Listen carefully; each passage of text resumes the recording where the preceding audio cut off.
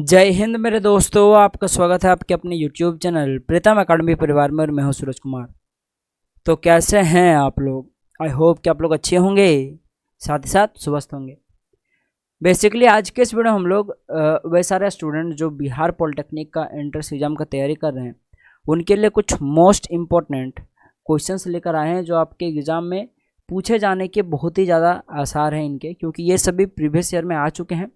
और ज़्यादा क्वेश्चंस तो नहीं कराऊंगा, ठीक है, परंतु जितने भी क्वेश्चंस कराऊंगा सभी अपने आप में वैल्यूएबल क्वेश्चन है जो आपके एग्जाम में जरूर कुछ ना कुछ वैल्यू ऐड करके जाएंगे, यानी कि कुछ ना कुछ आपके एग्जाम में जरूर आएगा, ठीक है, क्योंकि इसी टाइप के प्रश्न जनरली एग्जाम में आते हैं। और एक चीज़ बता दो वीडियो शुरू करने से पहले, ये चाहे आप लोग यूपी वाले भी अगर कोई बच्चा अगर देख रहा है ना तो ये देख सकता है, क्योंकि यूपी वाला का भी बेसिक क्वेश्चन इस टाइप का आता है, ठीक है, क्योंकि ये सभी प्रश्न ऐसे ही है डिज़ाइन किया हुआ कि चाहे झारखंड हो, चाहे यूपी हो, चाहे बिहार हो, चाहे कहीं भी पॉलिटेक्निक एंट्रेंस एग्जाम हो, उनके लिए इंपॉर्टेंट है, ठीक है। अब झारखंड वाला का तो एग्जाम हो चुका है, पर जब भी आप आगे चल के वीडियो देख रहे हो किसी भी स्टेट से हो तो ये माइंड में मत रखना कि मेरे लिए है कि नहीं, सबके लिए, ठीक है। तो देखिए बेसिकली हम लोग आज फिजिक्स, केमिस्ट्री और मैथमेटिक्स का क्वेश्चन करेंगे। तो एक काम करते हैं, सबसे पहले मैथमेटिक्स का क्वेश्चन शुरू करते हैं क्योंकि उसको बनाना पड़ता है इसीलिए, ठीक है। तो यहाँ से हमारा कुछ मैथमेटिक्स का क्वेश्चन शुरू होता है, ठीक है। सबसे पहला मैथमेटिक्स का क्वेश्चन यहाँ पे देख सकते हो, यहाँ पे लिखा है कि 21 + 24 + 27 इस प्रकार डॉट डॉट चलते गया कहाँ तक, 51 तक, यानी इन सभी पदों को आपस में जोड़ना है, ठीक है। और उसका क्या मान आएगा वो आपको पूछा है। अगर मैं शॉर्ट फॉर्म में बताऊँ तो यहाँ पे आपको एक एपी दिया गया है। क्या दिया गया है? एक एपी, अर्थमेटिक प्रोग्रेशन दिया हुआ है, एक एपी दिया हुआ है। दिया है 21, 24, 27 और डॉट डॉट इस प्रकार से चलते गया कहाँ तक, 51 तक, ठीक है। तो बेसिकली इन सभी पदों का योग आपको पूछा, यानी कुल मिलाकर मैं बात करूँ तो आपको एसएन का वैल्यू पूछा है, ठीक है। और एसएन के बारे में बात करने से पहले यहाँ पे देख सकते हो इस एपी में आपको एपी देखते हुए कुछ डाटा आपको पहले से मिल जाता है। जैसे कि देख लो इस एपी में सबसे पहला पद यहाँ पे ए है, तो ए का वैल्यू आपके पास कितना दिया हुआ है, 21 दिया हुआ है।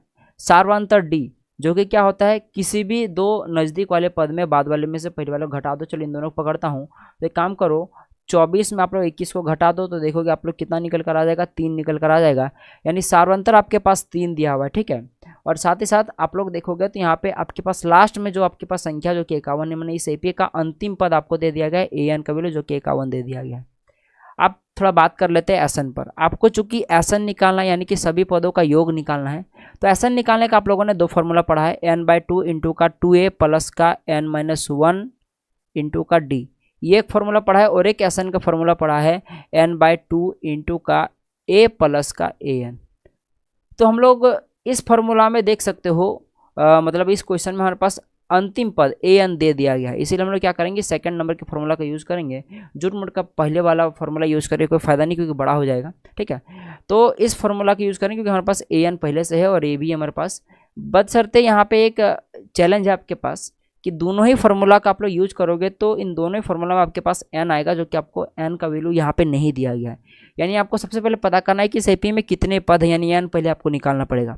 मैं विस्तार से हौले हौले सब चीज़ बता रहा हूँ, हो सकता है वीडियो लंबा बन जाए, परंतु मेरा बात मानो, मैं बता दूंगा तो फिर आपको इस टाइप का क्वेश्चन में कहीं भी परेशानी नहीं होगी।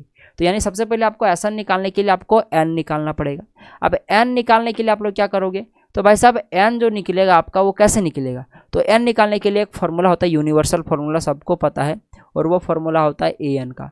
चूँकि पता है कि ए एन जो होता है वो फार्मूला होता है इसका ए प्लस का n-1 इंटू का डी, ये आपका फार्मूला होता है ए एन का। तो यहाँ से हम लोग आराम से एन निकाल सकते हैं। ए एन का वैल्यू जो कि हमारे पास 51 है तो रख दो, बराबर में ए का वैल्यू जो कि हमारे पास 21 है रख दो, प्लस का एन ही तो निकालना था, n-1 का n-1 होने दो, और डी का वैल्यू जो कि 3 है रख दिया जाए यहाँ पे, ठीक है। 21 को इधर लेके आओ तो देखोगे यहाँ पे 51 और यहाँ पे 51 किधर आ जाएगा, तो फिर ये माइनस में हो जाएगा, यानी कि 21 माइनस का 21 हो जाएगा, बराबर इधर बचेगा n-1 इंटू का 3 बचेगा आपके पास, ठीक है। अब यहाँ पे सबको पता है कि अगर 51 में अगर 21 घटेगा तो कितना बचेगा, 30 बचेगा। अब एक काम करता है, देखो यहाँ पे n-1 के साथ 30 यहाँ पे मल्टीप्लाई में इधर आके डिवाइड में हो जाएगा, तो मैं भेज देता हूँ, तो बट्टे में यहाँ 3 हो जाएगा, बराबर में इधर n-1 बचेगा। तो अब इसको काट दो, 3 10 से 30 होता है, यानी कि 10 बराबर में इधर बचेगा n-1।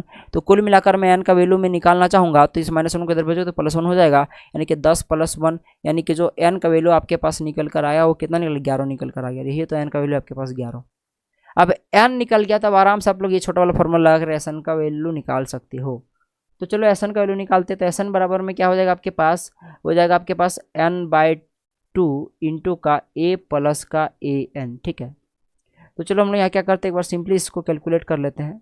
तो यहाँ पे देख सकते हो Sn बराबर में आ जाएगा, n का वैल्यू 11 है तो रख देता हूँ 11/2 का यहाँ रख दिया मैंने। और यहाँ a का वैल्यू देख सकते हो 21 है तो मैं 21 रख देता हूँ, प्लस का an का वैल्यू यहाँ देख सकते हो 51 तो 51 में रख दिया, ठीक है। अब चलो आगे सॉल्व करते हैं। यहाँ 11/2 हो गया, इंटू का देख सकते हो अगर आप लोग 21 में अगर 51 को जोड़ोगे तो कितना हो जाएगा आपके पास, यहाँ पे 72 हो जाएगा, ठीक है। अब इसको काट दो, 2 3 6 हो जाएगा, 2 6 12 36 निकल कर आ गया, यानी कि 11 इंटू का 36 करोगे तो आपके पास ऐसा निकल कर आ जाएगा। अब 11 को 36 से मल्टीप्लाई करो तो 11 6 66 हो जाएगा, हाथ में रहेगा 6, 11 33 33 और 6 39 हो जाएगा, यानी कि 396, जो कि आपको ऑप्शन नंबर बी में दिख रहा होगा, यही करेक्ट आंसर हो जाएगा। तो इन सभी पदों का योग जो निकल कर आ गया वो 396 निकल कर आ गया। इस टाइप के प्रश्न कभी भी अगर पूछा जाए एग्जाम में तो आप लोग आराम से बना सकते हो, ठीक है। आप आई होप कि आप लोग अब बना लोगे, ठीक है। बाकी अगर किसी भी प्रकार से अगर समझने में कठिनाई होती है तो आपके पास कमेंट बॉक्स खुला है, आप लोग कमेंट कर सकते हो, ठीक है। मैं जल्द से जल्द उसका सॉल्यूशन आपको देने का ट्राई करूंगा। और बाकी सबसे अच्छा उपाय बताता हूँ, क्या कीजिएगा, वीडियो को थोड़ा सा पीछे करके जहाँ चीज़ समझ में नहीं आया वहाँ वापस से देख लीजिएगा, आपको 100% डेफिनेटली समझ में आ जाएगा, ठीक है। अच्छा, अब यहाँ पे एक आपको यहाँ पे डाटा दिया गया है, इसका आपको क्या निकालना है, न्यूनतम पद निकालना है। फिर मैं सीधा सीधी बात करूँ तो आपको क्या करना है, इसका न्यूनतम जो इसका मान आएगा, फिर मैं बोलूँ कि इसका आपको कैलकुलेट करना है, इसका वैल्यू निकालना है, ठीक है। तो यहाँ पे आपके पास दिया हुआ है x प्लस का 5 इंटू का x² प्लस का 7x प्लस का 10 दिया हुआ है, और अपॉन में यहाँ पे दिया हुआ है आपके पास x प्लस का 3 इंटू का x² प्लस का 10x प्लस का 25।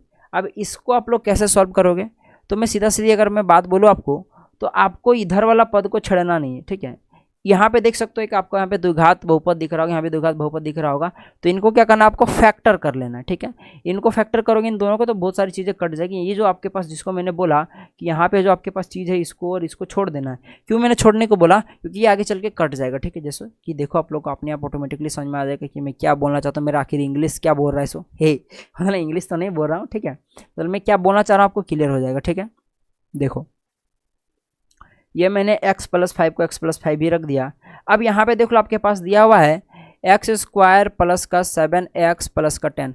आई होप कि आपको फैक्टर करना आता होगा, ठीक है। तो यहाँ देख लो x² में 7 को कैसा तोड़ सकता हूँ, 2x प्लस का 5x, कोई दिक्कत है, कोई दिक्कत है नहीं, प्लस का 10 देख सकते हो। यहाँ पे अगर यहाँ पे 2 और 5 को अगर जोड़ोगे तो वापस आपका 7 आ जाएगा, और 2 और 5 को अगर आप लोग मल्टीप्लाई करोगे देखोगे आपके पास 10 आ जाएगा, ठीक है। तो इसीलिए यही आपका क्या हो जाएगा, फैक्टर हो जाएगा इसका, ठीक है। तो आप लोग इस समीकरण के जगह पे आप लोग आराम से ये चीज़ लिख सकते हो, जो कि मैंने निकाल कर लाया था, x² प्लस का 2x प्लस का 5x प्लस का 10। उसी प्रकार से सिमिलरली अगर मैं नीचे की बात करूँ, यहाँ पे आपके पास है x प्लस का 3 को मैं रहने देता हूँ, और इसको अब मैं फैक्टर करता हूँ, जो कि आपके पास x² प्लस का 10x प्लस का 25। अब मैं इसको तोड़ देता हूँ फैक्टर में, x² का x² हो जाएगा, मैं 10 को लिख सकता हूँ प्लस का 5x प्लस का 5x, और यहाँ पे 25 है आपके पास। देख सकते हो 5 5 को अगर आप लोग जोड़ोगे तो 10 आ जाएगा, और मल्टीप्लाई करोगे तो 25 आ जाएगा। तो इसीलिए मैं यहाँ पे लिख देता हूँ x² प्लस का 5x प्लस का 5x प्लस का 25, ठीक है। अच्छा, अब देखो यहाँ पे इसको मैं अभी जैसा का तैसे रख देता हूँ x प्लस 5 को। अच्छा, अब देखो यहाँ पे इस टोटल वाले टर्म को क्या मैं ऐसा लिख सकता हूँ, देख लो यहाँ से अगर मैं यहाँ से x कॉमन ले लूँ यहाँ से, और यहाँ से अगर मैं 5 कॉमन निकाल दो प्लस 5, तो देखो क्या बचेगा, सो ठीक है। तो यहाँ से मैं क्या करता हूँ, कॉमन ले लेता हूँ x को, तो यहाँ नीचे बच जाएगा, अंदर में आपके पास बच जाएगा x प्लस का यहाँ 2 बच जाएगा, और यहाँ देख सकते हो प्लस 5 में कॉमन ले लूँ इस जगह से, तो आपके पास बच जाएगा 5x बचेगा, आई एम सॉरी यहाँ पे x बचेगा, ठीक है, x प्लस का 2 बचेगा, ठीक है। और आप लोगों ने बेसिक चीज़ें आपको पता होगा, ठीक है। जो आपके पास यहाँ पे देख लो, यहाँ पे अगर x प्लस 2 है, यहाँ पे x प्लस 2 यानी कि सिमिलर आता है, तो यानी कि आपने जो फैक्टर किया वो सही है, ठीक है। तो यानी कि जो हम लोगों ने काम धाम किया यहाँ पे वो सही आ गया है, ठीक है। तो उसी प्रकार से यहाँ पे x प्लस 3 का मैंने x प्लस 3 उतार दिया। अब मैं इसको फैक्टर करने वाला हूँ, ठीक है। इसको अगर मैं फैक्टर करूंगा, जैसे कि मैं अब देख लो यहाँ से मैं क्या करूँगा, x कॉमन ले लूँगा, और यहाँ से मैं प्लस 5 अगेन कॉमन ले लूँगा। तो यहाँ से x कॉमन ले लोगे तो क्या बचेगा, x प्लस का यहाँ पे देख सकते हो यहाँ 5 बच जाएगा, और यहाँ अगर प्लस 5 कॉमन ले लोगे तो यहाँ बच जाएगा x, यहाँ प्लस का 5 बच जाएगा, ठीक है। अब चलो हम लोग आगे बढ़ते हैं। तो देखो यहाँ पे जैसे हम लोग आगे बढ़ेंगे, इसको जैसे तैसे भी रहने दो क्योंकि ये कटेगा आगे चल के, ठीक है। और यहाँ पे मैं क्या लिख सकता हूँ, देख लो यहाँ से मैं क्या करता हूँ, अगेन यहाँ से x प्लस 2 और यहाँ पे x प्लस 2 कॉमन निकाल लेता हूँ तो आपके पास क्या बचेगा, यहाँ पे x प्लस 2 यहाँ पे कॉमन निकालने के बाद यहाँ बच जाएगा आपके पास x प्लस का 5, ये वाला x और ये वाला 5 बच जाएगा प्लस का, ठीक है। तो ये आपका आ चुका है और नीचे में आपके पास यहाँ पे है आपके पास x प्लस 3 का x प्लस 3 आ गया, ठीक है। और यहाँ से मैं फिर से क्या करूँगा, x प्लस 5 कॉमन ले लूँगा क्योंकि देख लो यहाँ पे x प्लस 5 है और यहाँ पे x प्लस 5 है, ठीक है। तो बच जाएगा आपके पास x प्लस का 5। आप देखो यहाँ पे सबको दिख रहा होगा यहाँ पे कि देख लो यहाँ से x प्लस 5 गया, यहाँ फिर x प्लस 5 गया आपके पास।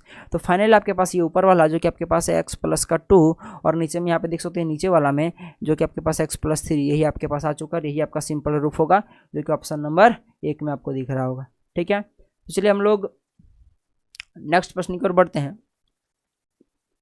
देखो हमारे पास जो नेक्स्ट प्रश्न है यहाँ पे यह है कि यदि दो व्यंजकों, चलो व्यंजक की जगह पे संख्या पकड़ते हैं। मान लो कि कोई दो संख्या है, ठीक है, उसमें से आपको दोनों संख्या का मॉस हो, यानी कि आपके पास HCF दिया हुआ है। HCF कितना दिया आपके पास, x प्लस का 1 दिया हुआ है। और लॉस हो यानी कि LCM आपको दे दिएगा, कितना दिया हुआ है, x का पावर में 4 माइनस 1 दे दिया गया है, ठीक है। यदि एक संख्या, यानी कि मान लो कि कोई एक संख्या, मानो एक संख्या आपको दी हुई है, ठीक है, पहली संख्या जो है आपके पास वो आपके पास दी हुई, मैं एक लिखने की जगह पे मैं पहली संख्या लिख देता हूँ, थोड़ा आपको अच्छा समझ में आएगा। पहली संख्या जो आपके पास दी हुई है कितना दिया हुआ है आपके पास, x स्क्वायर माइनस 1 दिया हुआ है, ठीक है। आपको पूछा है दूसरा व्यंजक क्या होगा, यानी कि दूसरी संख्या पूछा हुआ है। क्या पूछा है, दूसरी संख्या पूछा हुआ है, ठीक है। तो आप लोगों ने बचपन में ही एक फॉर्मूला पढ़ा होगा, कभी भी अगर दो संख्याओं का HCF LCM दिया हो तो एक फार्मूला होता है दोनों, उन चारों चीज़ों के बीच में HCF LCM और उन दोनों संख्या के बीच में, यानी चारों चीज़ों के बीच में एक रिलेशन होता है जो कि ये होता है पहली संख्या गुना दूसरी संख्या बराबर में इन दोनों संख्याओं का HCF और इन दोनों संख्या का LCM का मल्टीप्लाई, यही होता है, ठीक है। HCF इंटू LCM ये बराबर होता है पहली संख्या गुना दूसरी संख्या, ठीक है। तो आपको क्या चाहिए, दूसरी संख्या चाहिए ना, दूसरी संख्या आपको चाहिए। तो दूसरी संख्या चाहिए तो आपको क्या करना पड़ेगा, पहली संख्या उधर भेजना पड़ेगा। तो जैसे भेजोगे इधर देख लो गुणा में इधर आके भागा में हो जाएगा, यानी कि HCF इंटू का LCM भागा में आपके पास आ जाएगा पहली संख्या। बस आ लो, आपके पास ये फॉर्मूला रेडी हो चुका है। अब इस फॉर्मूला में क्या करो, आप लोग पुट कर दो वैल्यू को, ठीक है। तो चलो मैं पुट कर देता हूँ। तो जो पहली संख्या आपके दूसरी संख्या जो निकल कर आ गई आपके पास, दूसरी संख्या वो क्या निकल कर आ जाएगा, HCF इंटू का LCM। HCF आपके पास कितना है, देख सकते हो आपके पास x प्लस 1 है, ठीक है। दूसरी संख्या LCM क्या है आपके पास, x का पावर में 4 माइनस का 1 अपन में पहली संख्या आपके पास क्या देख सकते हो यहाँ पे x स्क्वायर माइनस 1, ठीक है। अब इसको सॉल्व कर दो, देख लो यहाँ पे आपके पास x प्लस 1 का x प्लस 1 ही रहने दो। इसको आप लोग क्या करो, फैक्टर करो। फैक्टर कैसे करोगे, एक बचपन में बहुत ही फेमस फॉर्मूला आप लोगों ने पढ़ा हुआ है, ए स्क्वायर माइनस बी स्क्वायर का जो कि होता है ए प्लस बी इंटू का आपके पास होता है ए माइनस बी। ये फॉर्मूला आपको हर जगह यूज होने वाला है जब तक आप लोग कॉम्पिटिटिव मैथ पढ़ोगे या मैथ पढ़ोगे, ठीक है। हर जगह पे लगता है, आपका टांग घुसाते हुए आपको दिख जाएगा हर जगह में। तो यहाँ भी अपना टांग घुसा रहा है तो हम लोग क्या करेंगे, इसका टांग तोड़ देंगे, यानी कि हम लोग इसका यूज करेंगे। तो आप लोग x का पावर 4 को ऐसा लिख सकते हो, x स्क्वायर का स्क्वायर आराम से लिखा जा सकता है, माइनस 1 का स्क्वायर, ठीक है। अपन में उसी प्रकार से ये x स्क्वायर के स्क्वायर रहने दो, मैं माइनस 1 का मैं क्या लिख सकता हूँ, 1 स्क्वायर आराम से, क्योंकि 1 का स्क्वायर 1 ही होता है, तो 1 को आप लोग 1 का स्क्वायर लिख सकते हो, ठीक है। अब आप लोग देख लो यहाँ पे ये x प्लस 1 का x प्लस 1 ही हो गया। अब यहाँ पे आप लोग क्या करो, थोड़ा देखो गौर से, आप लोग x स्क्वायर को a मान लो और 1 को b मान लो, तो यहाँ हो जाएगा a का स्क्वायर और यहाँ हो जाएगा b का स्क्वायर। तो वही ये देख लो ये फॉर्मूला लग रहा है। नीचे देख लो आप लोग यहाँ पे x को क्या मानो, a मानो, ऊपर में हम लोगों ने x स्क्वायर को माना था, यहाँ x को मानेंगे, ठीक है। और यहाँ पे 1 को b मानेंगे। तो यहाँ पे आप लोग देख सकते हो a का स्क्वायर माइनस b का स्क्वायर का फॉर्मूला लग रहा है। तो बस फॉर्मूला में पुट कर दो और क्या है, फॉर्मूला लगा दो। तो यहाँ पे आपके पास हो जाएगा x स्क्वायर प्लस 1 हो जाएगा x स्क्वायर माइनस 1, नीचे में आपके पास बच जाएगा x प्लस 1 और बच जाएगा x माइनस 1। अब देख लो x प्लस 1 गॉन गया, तो आपके पास बच गया x स्क्वायर प्लस का 1 और यहाँ बच गया x स्क्वायर माइनस, मैं फिर से अगेन क्या करूँगा, इस माइनस 1 को मैं क्या 1 का स्क्वायर लिख सकता हूँ। जी हाँ, कोई यहाँ पे गलती नहीं है आपका, x माइनस 1 को आप लोग x माइनस 1 रहने दो। अब अगेन ये x स्क्वायर के स्क्वायर प्लस 1 को उतार दो आप लोग। अब देखो इसको आप लोग वापस ये वाला फॉर्मूला लगाओगे, देख लो यहाँ पे x को a मान लो और यहाँ पे 1 को क्या मान लो, b मान लो। तो यहाँ पे आराम से आप लोग a square minus b square का फॉर्मूला में टूट जाएगा ये, ठीक है। तो आपके पास बचेगा x प्लस 1 बचेगा और यहाँ बचेगा x माइनस 1 बचेगा, नीचे में आपके पास x माइनस 1 गया, गॉन गया। तो आपके पास क्या बच गया, फाइनली देख सकते हो बच गया आपके पास मैं पलट के लिख देता हूँ, ठीक है। x+1 को मैं पहले लिख रहा हूँ, उसके बाद आप लोग को मैं लिख देता हूँ x² + 1, और जो कि आपको ऑप्शन नंबर डी में दिख रहा होगा। तो ये प्रश्न आपका बन चुका है, इस प्रकार से प्रश्न को बनाना था, ठीक है। चलिए आगे बढ़ते हैं। देख लो हमारे पास जो नेक्स्ट प्रश्न है आपके पास यहाँ पे, देखो आप जो ये नेक्स्ट प्रश्न यहाँ पे लिखा है कि यदि दो अंकों की एक संख्या अंकों के योग की 4 गुना, अंकों के योग की 4 गुना, इस लाइन को ध्यान दीजिएगा, तथा अंकों के गुणनफल के 3 गुना, तथा अंकों के गुणनफल के 3 गुना हो तो संख्या है, ठीक है। तो समझो क्वेश्चन में आपको 2 अंकों की संख्या पूछा है, ठीक है। 2 अंकों की संख्या कहने का तात्पर्य ये है, जैसे कि 12 हो गया, जैसे कि आपके पास 24 हो गया, जैसे कि आपके पास 53 हो गया, ठीक है। ये सब देख लो, इस समय 2 संख्या यानी कि 2 अंकों की संख्या होगी, ठीक है। तो आपको इसी प्रकार के 2 अंकों की संख्या निकालना है, जिसमें से जो 2 अंक होगा, जैसे कि इस 2 अंकों की संख्या देख लो 1 और 2 है, तो इन दोनों डिजिट्स को, इन दोनों अंकों को जोड़ोगे और जोड़ के अगर 4 गुना करोगे तो जो आपका अंक है उसके बराबर होना चाहिए, ठीक है। और साथ ही साथ कहा है कि जो 2 अंक है आपको उन दोनों को गुणा करके अगर आप लोग उसका 3 गुना करोगे, उसको वापस से 3 से गुना करोगे तो फिर वापस वो संख्या आना चाहिए। तो यही आपको पूछा कि कौन सा संख्या होगा, ठीक है। तो आप लोग चाहो तो डायरेक्टली ऑप्शन से हिट कर सकते हो, पर पहले मैं आपको मेथड बताता हूँ कैसे आपको बनाना है इसको, ठीक है। तो देखो सबसे पहली बात तो 2 अंकों की संख्या आपको पूछा है ना, तो चलो मैं मान लेता हूँ कि जो 2 अंकों की संख्या उसमें से एक अंक x है और दूसरा अंक y है। तो देखो x y मिलकर 2 अंकों की संख्या हो गया ना, ठीक है। तो ये चीज़ आपको क्लियर हो गया, ठीक है। अच्छा उससे पहले आप लोग चीज़ समझो, जैसे कि 53 है, 53 को क्या आप लोग लिख सकते हो 10 गुणा में 5 प्लस का 3। देख लो 10 गुणा 5 करोगे तो 50 आ जाएगा, उसमें 3 जोड़ दोगे तो वापस से आपका 53 आ जाएगा। देख लो ये 53 आ गया ना आपके पास।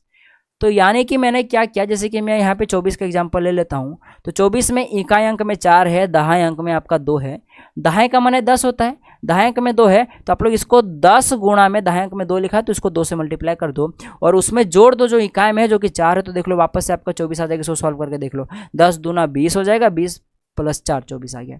चलो और एक एग्जाम्पल लेते हैं 93 का। देख लो यहाँ पे दहाई में 9 है, इकाई में 3 है, तो दहाई अंक में 9 है, तो इसको लिखा जा सकता है 10 गुणे में आपका 9 और प्लस का ये जो इकाई अंक में है 3। तो देख लो सॉल्व करके वापस से 53 आ जाएगा, 93 आ जाएगा, ठीक है। तो इसी प्रकार से मैं आपको यहाँ पे समझाना चाहूँगा। देख लो आपके पास x और जो y है आपका, यहाँ पे x जो है आपका y जो आपका इकाई में है और x जो आपका दहाई में है, ठीक है। तो आप लोग इस दहाई अंक को यानी कि इस x को आप लोग लिख सकते हो 10x, यानी कि 10 गुणा में x लिखो चाहे 10x लिखो, बात बराबर है, तो मैं 10x लिख देता हूँ 10x और उसमें जोड़ दो इकाई अंकों जो कि y है। तो ये जो आपका निकल कर आ ये जनरल रूप निकल कर आ गया 2 अंकों की संख्या का। तो इस टाइप का क्वेश्चंस कभी भी पूछा जाए तो जो आपको 2 अंकों की संख्या आपको मानना है वो क्या मानना है 10x + y।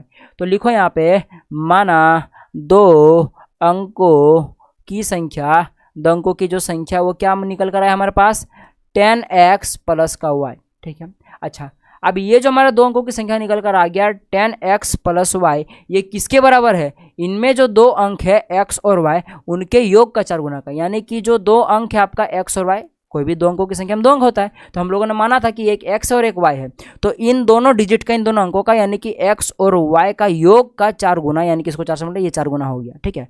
x और y को जोड़ दे योग हो गया और उसको टोटल को 4 से मल्टीप्लाई कर दो तो 4 गुना हो गया। तो यही ना बोला है कि ये जो आपका संख्या हम लोगों ने माना है 2 अंकों की संख्या जो कि हमारा निकल कर आया 10x + y, ये किसके बराबर है, इसमें जो 2 अंक है x और y उनके योग का 4 गुना का। तो ये आपका लो एक समीकरण बनकर आ गया। इस टाइप के क्वेश्चन में ना समीकरण बनाना होता है, जहां समीकरण आपने बना लिया समझ लो क्वेश्चन का खेला खत्म, ठीक है। और साथ साथ कहा था कि अंकों के गुणनफल का 3 गुना, यानी कि ये जो हम लोगों ने 10x + y जो 2 अंकों की संख्या माना है, इसमें जो 2 अंक है x और y उसका गुणनफल का, यानी कि x और y का आपस में गुना कर दो और साथ ही साथ उसका 3 गुना करो, यानी कि फिर से इसको 3 से गुना करो, यानी 3xy हो गया।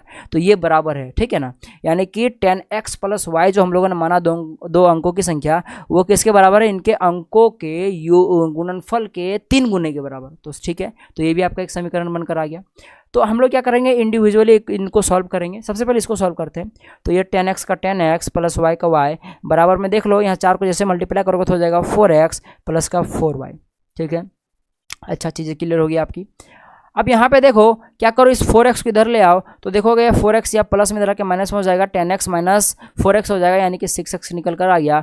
यहाँ पे y है और यहाँ पे +4y है इस साइड में, तो +4y इधर जाके हो जाएगा -4y, यानी कि -3y निकल कर आ जाएगा बराबर में 0। तो यहाँ देखा जाए तो अगर आप लोग यहाँ से 3 कॉमन ले लोगे तो यहाँ बच जाएगा 2x - का y बराबर में 0 निकल कर आ गया। अब 3 देख लो इस टोटल के साथ गुणा में इधर के भागा में हो जाएगा। अब 0 के भागा में 3 आ गया तो 0/3 तो 0 ही ना होता है। तो मैं क्या करता हूँ डायरेक्टली मैं लिख देता हूँ 2x माइनस वाई बराबर में 0, 2x माइनस वाई बराबर में 0। अब क्या करो, इस समीकरण से आप लोग y का वैल्यू निकालो। तो y का वैल्यू निकालने के लिए मैं सबसे अच्छा उपाय बताता हूँ, क्या करो, y को इधर भेज दो तो हो जाएगा 2x बराबर में y, और देखा जाए तो y का वैल्यू निकल कर आ गया आपके पास 2x। ठीक है, आप लोग चाहते तो 2x को भी भेज सकते थे, लेकिन यहाँ माइनस वाई बच जाता, फिर माइनस का लोचा लगता है, इसलिए मैंने डाट किया कि y को भी भेज दिया। ठीक है, तो बात बराबर ही है। तो आपका y का वैल्यू कितना निकल कर आ गया 2x। अब क्या करो, इस समीकरण में y का वैल्यू पुट कर दो जो कि 2x निकल कर आया। तो मैं क्या करता हूँ, यहाँ पे y का वैल्यू पुट कर देता हूँ। यहाँ पे हो जाएगा 10x का 10x प्लस y का वैल्यू 2x में लिख देता हूँ बराबर में 3xy।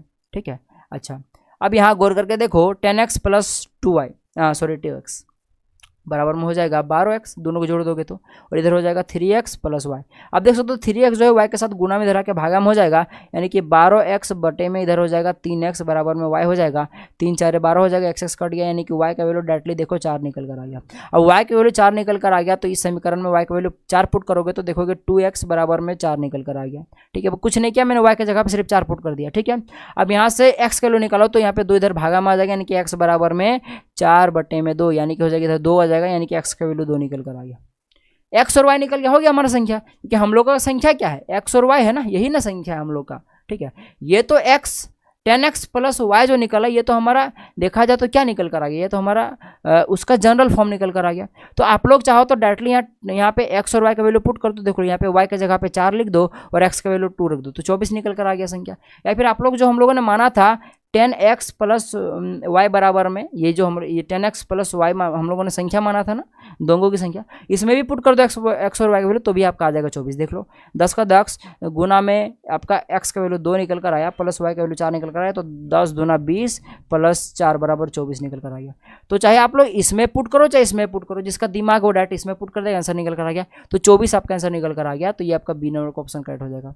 अब भरोसा नहीं तो देखो प्रूफ करके कैसे बनाना है इसको। ठीक है, अब देखो आपको क्वेश्चन में, जैसे कि आपको क्वेश्चन में कहा था कि जो अंकों का योग है, देख लो इसमें 2 अंक है, 2 और 4, इनका योग का 4 गुना, तो 2 और 4 को जोड़ोगे तो 6 हो जाएगा, और उसका 4 गुना यानी कि उसको 4 से मल्टीप्लाई करो तो 6 चौक 24। देखो आपके पास 24 आ गया ना, जो कि हमारा संख्या निकल कर आया, कोई सॉल्व किया था तब हम लोगों ने, तो देखो यानी कि ये सही है। अच्छा, अब साथ ही साथ बोला था कि अंकों का गुणनफल का 3 गुना, यानी कि आप लोग ये जो 2 अंक निकल कर आया इस संख्या में, जो कि हमारे 24 में 2 और 4 है, इन दोनों को गुणा करो, फिर इसको 3 से मल्टीप्लाई करो तब ना 3 गुना होगा। देखो कितना, 4 दूना 8, 8 3 24, देखो यहाँ भी 24 आ रहा है, यानी कि हमारा दोनों ही रूप से क्या सेटिस्फाइड कर रहा है इक्वेशन, यानी कि 24 ही हमारा सही आंसर हो जाएगा। अब जैसा कि मैंने बोला था कि आप लोग तुक्का मार के भी क्वेश्चंस को बना सकते हैं। तुक्का मतलब कि आप लोग ऑप्शंस देख के भी हिट कर सकते थे। कैसे, तो समझो, देखो मेरा बात यहाँ पे देखो, बी नंबर का ऑप्शन में आपका 24 दिया हुआ है, ए नंबर का ऑप्शन में 42 दिया हुआ है, सी में 12 दिया हुआ है, डी में 21 दिया हुआ है। तो सब में क्या करो, जो आपको क्वेश्चन में दिया हुआ है कि जो अंकों का योग का 4 गुना होगा वो संख्या के बराबर होगा, तो यहाँ पे संख्या आपका 42 दिया हुआ है ना, तो अगर इन 42 में 4 और 2 है, इन दोनों को जोड़ के अगर 4 से मल्टीप्लाई करोगे, यानी कि अंकों का योग करके 4 से गुना करोगे, या फिर बोलो कि 4 गुना करोगे, तब आपका 42 के बराबर आना चाहिए। तो क्या आ रहा है, देखो ना, 4 दूना 8 हो गया, गुना में 4 कितना हो जाएगा, 8 चौक 32, ये तो 32 आ रहा है, लेकिन यहाँ तो 42 है, यानी कि ये सेटिस्फाइड नहीं कर रहा, यानी कि ये ऑप्शन होगा नहीं। उसी प्रकार जैसे आप लोग 24 को रख के देखोगे तो ऑटोमेटिकली आप लोग देख पाओगे कि जो आपके पास ये जो इक्वेशन है आपका सेटिस्फाइड कर रहा है। ठीक है, कि अंकों का योग का 4 गुना जो होगा वो 24 के बराबर आ जाएगा, और अंकों के गुणनफल का 3 गुना भी आपका 24 के बराबर आ जाएगा। ठीक है, तो इस प्रकार से इस टाइप के क्वेश्चन को आपको बनाना था। ठीक है, चलिए हम लोग आगे बढ़ते हैं। अब तो हमारा मैथ का क्वेश्चन यही समाप्त होता है, ज़्यादा नहीं, मैंने जब 3 या 4 ही क्वेश्चन कराया। ठीक है, तो बेसिकली मुझे इतना ही क्वेश्चन कराना था, क्योंकि ये आपके इंपॉर्टेंट क्वेश्चन थे, इसी टाइप के क्वेश्चन पूछे जा चुके हैं। अब थोड़ा साइंस पर आते हैं हम लोग। देखो सबसे पहला प्रश्न हमारे पास साइंस का है, देख लो, देखा है कि स्टर और विद्युत स्थिरी जैसी विद्युत ऊष्मन युक्तियों के संवाहक शुद्ध धातु की अपेक्षा मिश्र धातुओं के बने होते हैं, क्योंकि समझो मेरा बात, सीधा सीधी पूछ रहा है कि विद्युत स्थिरी जो होता है, या फिर मैं बोलूँ कि आयरन जो होता है जिसे हम लोग कपड़ा प्रेस करते हैं, ठीक है, और कई सारे ऐसे विद्युत उपकरण होते हैं जो शुद्ध धातु की अपेक्षा, या फिर बोलो कि शुद्ध धातु ना बनाकर उसको मिश्र धातु का बनाया जाता है। ऐसा क्यों? क्योंकि समझो मिश्र धातु का जो प्रतिरोध होता है वो उच्च होता है, जिस कारण से वो हीट उत्पन्न करता है। अब आयरन लोहा क्या काम है, हीट प्रोड्यूस करना। हीट प्रोड्यूस नहीं करेगा तो वो कपड़ा को कैसे प्रेस कर पाएगा? तो हीट तभी निकल पाएगा ना जब उसका प्रतिरोध बहुत ज़्यादा होगा। होगा, क्योंकि याद रखिएगा जितना ज़्यादा प्रतिरोध रहेगा उतना ज़्यादा उसका टेम्परेचर होता है, उसका ज़्यादा हीट उतना ज़्यादा निकलता है। यानी कि आर और टी जो है आपस में डायरेक्टली प्रोपोर्शनल होते हैं, यानी कि आर ज़्यादा तो हीट ज़्यादा, हीट कम तो आर कम, ठीक है। तो इसीलिए बोल सकते हैं विद्युत मिश्र धातुओं की प्रतिरोधकता उच्च होती है, इसीलिए हम लोग विद्युत इस्त्री वगैरह इस प्रकार के उपकरणों को क्या करते हैं, हम लोग मिश्र धातु बनाते हैं। तो बी नंबर का ऑप्शन करेक्ट हो जाएगा। चलिए आगे बढ़ते हैं। परावर्तन के बाद मुख्य दूरी के समांतर एक किरण मुख्य फोकस से गुजरेगी, ये नंबर का ऑप्शन करेक्ट हो जाएगा। बहुत ही सिंपल प्रश्न था। वाहनों में लगाए गए पश्चदृश्य दर्पण द्वारा उत्पन्न आवर्धन, ये थोड़ा ट्रिकी प्रश्न है। देखो कोई भी गाड़ी में जो पश्चदृश्य दर्पण होता है वो क्या होता है, वो उत्तल दर्पण होता है, ठीक है, सबको पता होगा। और ये क्वेश्चन पूछा जाता है कि वाहनों के पश्चदृश्य दर्पण में कौन सा दर्पण को उपयोग किया जाता है, तो उत्तल दर्पण, और वाहनों के हेडलाइट में अवतल दर्पण, ठीक है। अब समझो उत्तल दर्पण का काम क्या होता है कि जो आपका बिंब है, जो कि आपका बिंब है और जो आपका प्रतिबिंब है, प्रतिबिंब जाहिर सी बात है बिंब का ही प्रतिबिंब बनता है, ठीक है, प्रतिबिंब है। तो जो आपका उत्तल दर्पण का काम होता है वो क्या होता है कि बिंब से हमेशा छोटा प्रतिबिंब बनाता है, बिंब से हमेशा छोटा प्रतिबिंब बनाता है, यानी कि बिंब जो होगा वो हमेशा प्रतिबिंब से बड़ा होगा, ठीक है, इस प्रकार से, ठीक है। तो हम लोग को पता है कि आवर्धन एम का फॉर्मूला होता है एच डैश बटे में एच डैश क्या होता है आपके पास, प्रतिबिंब की ऊंचाई बटे में बिंब की ऊंचाई। अच्छा, प्रतिबिंब की ऊंचाई हमेशा उत्तल दर्पण में क्या होता है, बड़ा होता है ना, सॉरी छोटा होता है ना, यानी कि जो एच डैश है ये हमेशा क्या होगा, छोटा होगा, क्या होगा, हमेशा छोटा होगा एक उत्तल दर्पण में। फिर बोलो कि वाहनों के पश्चदृश्य दर्पण में, और जो आपके पास प्रतिबिंब की ऊंचाई होगी वो हमेशा बड़ा होगा। अब आप ही बताओ कभी भी कोई इस प्रकार से अंश और हर में हो, अंश बटे हर के रूप में हो या परिमेय संख्या के रूप में हो, और अगर आपका अंश में छोटा हो और हर में हमेशा बड़ा हो तो इसका वैल्यू हमेशा 1 से कम आता है, इसीलिए नंबर का ऑप्शन आपका कट हो जाएगा। देखो आप जो ये प्रश्न आपके पास लिखा है कि तरन तालाब यानी कि स्विमिंग पूल की बात चल रही है, ठीक है, वास्तविक से कम गहरा दिखता है, इसके लिए निम्नलिखित में से कौन सी परिघटना उत्तरदायी है। तो ये बेसिकली ना आपका, जैसे कि आप लोगों ने पढ़ा होगा एनसीईआरटी में, ठीक है, कि कभी भी अगर वाटर वगैरह में, अगर जल में अगर आप लोग पेंसिल को डुबाते हो तो वो थोड़ा सा मुड़ा हुआ दिखता है, तो उसी टाइप का मिलता जुलता कुछ परिघटना है, ठीक है। तो ये मैं आप पे छोड़ रहा हूँ, ठीक है, और इसका आंसर आप लोग कमेंट कीजिएगा। और कमेंट कैसा कीजिएगा सुनिए, क्योंकि चूंकि मैंने यहाँ पे क्वेश्चन नंबर नहीं लिखा हुआ है तो कैसे कमेंट कीजिएगा, तो समझिए मेरा बात, लिखिएगा पीए और उसके बाद इसका आंसर दीजिएगा कि आपका ए होगा कि बी होगा कि सी होगा डी होगा, ठीक है। अच्छा, पीए क्या है, प्रीतम एकेडमी आपका, ठीक है। तो बेसिकली पीए लिखकर आपका इसका आंसर दीजिएगा तो मैं समझ जाऊंगा कि बच्चा इसका आंसर दिया हुआ है, ठीक है। चलिए, तो ये इसका आंसर आप लोग दीजिएगा, ठीक है। फ्यूज तार का गलनांक है, तो भाई साहब फ्यूज तार का गलनांक जो होता है वो निम्न होता है, जी हाँ, उच्च नहीं निम्न। उच्च जगह अगर होगा तो वो जल्दी से गलेगा ही नहीं, तो क्या होगा, फ्यूज का काम क्या होता है, वो खुद गल कर क्या करता है, सर्किट को पूरा होने नहीं देता, जिसका से हमारे घर की पूरी बिजली गायब हो जाती है। और ये फ्यूज का असल में काम ही होता है, कभी घर में शॉर्ट सर्किट हो जाए या हाई वोल्टेज अगर घर में इंटर करे तो जो बाकी विद्युत की जो सामग्री है, जैसे कि एसी, फ्रिज वगैरह जो भी है, जैसे कि ये कंप्यूटर है, ये खराब ना हो हाई वोल्टेज के कारण या फिर शॉर्ट सर्किट के कारण, तो वो उसको बचाने के लिए क्या किया जाता है, फ्यूज लगाया जाता था कि वो खुद उड़कर, वो खुद खराब होकर क्या करे कि सर्किट को डिस्कनेक्ट कर दे, और सर्किट डिस्कनेक्ट जैसे हो जाए हमारे घर की बिजली गायब हो जाए और हमारा ये जो विद्युत साधित्र हैं ये सब बच जाए, ठीक है। तो इसीलिए ये निम्न होगा, ठीक है, कभी उच्च मत मार देना गड़बड़ हो जाएगा। चलिए आगे बात, नहीं तो भाई साहब ऊंचा होगा तो वो जल्दी से गलेगा ही नहीं, तो ज़्यादा वोल्टेज इंटर करेगा तो वो जल्दी से गलेगा ही नहीं, तो सारा चीज़ उड़ जाएगा, खत्म हो जाएगा। इसलिए क्या होता है कि वो निम्न गलनांक वाला डरा जाता है कि वो फटाक से गल जाए और बच जाए घर, ठीक है, घर क्या बच जाए, मानो विद्युत साधित्र बच जाए। अच्छा, किसी अम्ल के विलयन, जलीय विलयन में होता है, किसी अम्ल के जलीय विलयन में होता है, तो याद रखिएगा अम्ल का जलीय जब भी विलयन बात करें ना, जलीय विलयन, और ऑप्शन में आपको H3O+ दिख जाए, जिसको हाइड्रोनियम आयन बोलते हैं, तो फट करके उसको मार दीजिए, यानी कि बी ऑप्शन कट हो जाएगा। हाँ, बोलोगे सर H+ आयन तो होता है, अम्ल में तो H+ आयन होता है, जी हाँ, अम्ल में आपका H+ आयन होता है, लेकिन क्या बोला है, जलीय विलयन, यानी अम्ल में H+ आयन है, उसको आप लोग जल में डाल रहे हो, यानी कि जल से जब आप लोग H+ आयन को जल से रिएक्ट करोगे तो देख लो यहाँ पे 3 हाइड्रोजन हो जाएगा, यानी कि H3 और ये प्लस लग जाएगा, यानी H3O+ हाइड्रोनियम आयन बन जाएगा, यानी कि ये आपका सही आंसर हो जाएगा, ठीक है। अच्छा, अब बताओ तो अम्ल में कौन सा आयन होता है, तो अम्ल में OH- होता है, ठीक है, और क्षार में H+ आयन, याद रखिएगा बात, ठीक है। चलिए, तो इस प्रकार से हमारा सारा क्वेश्चन समाप्त होता है। आई होप कि क्वेश्चन आपको समझ में आ गया होगा, मैंने धीरे धीरे हौले हौले करके सब समझाया हुआ है। इसी टाइप का क्वेश्चन आता है, कहीं भी समझने में कोई कठिनाई होगी तो उसको कमेंट कर दीजिएगा, मैं ज़्यादा से ज़्यादा मैं आपका डाउट सॉल्व करने का कोशिश करूँगा, ठीक है। तो चलिए मिलेंगे अगले वीडियो में, तब तक के लिए जय हिंद, जय भारत और आपका दिन शुभ हो।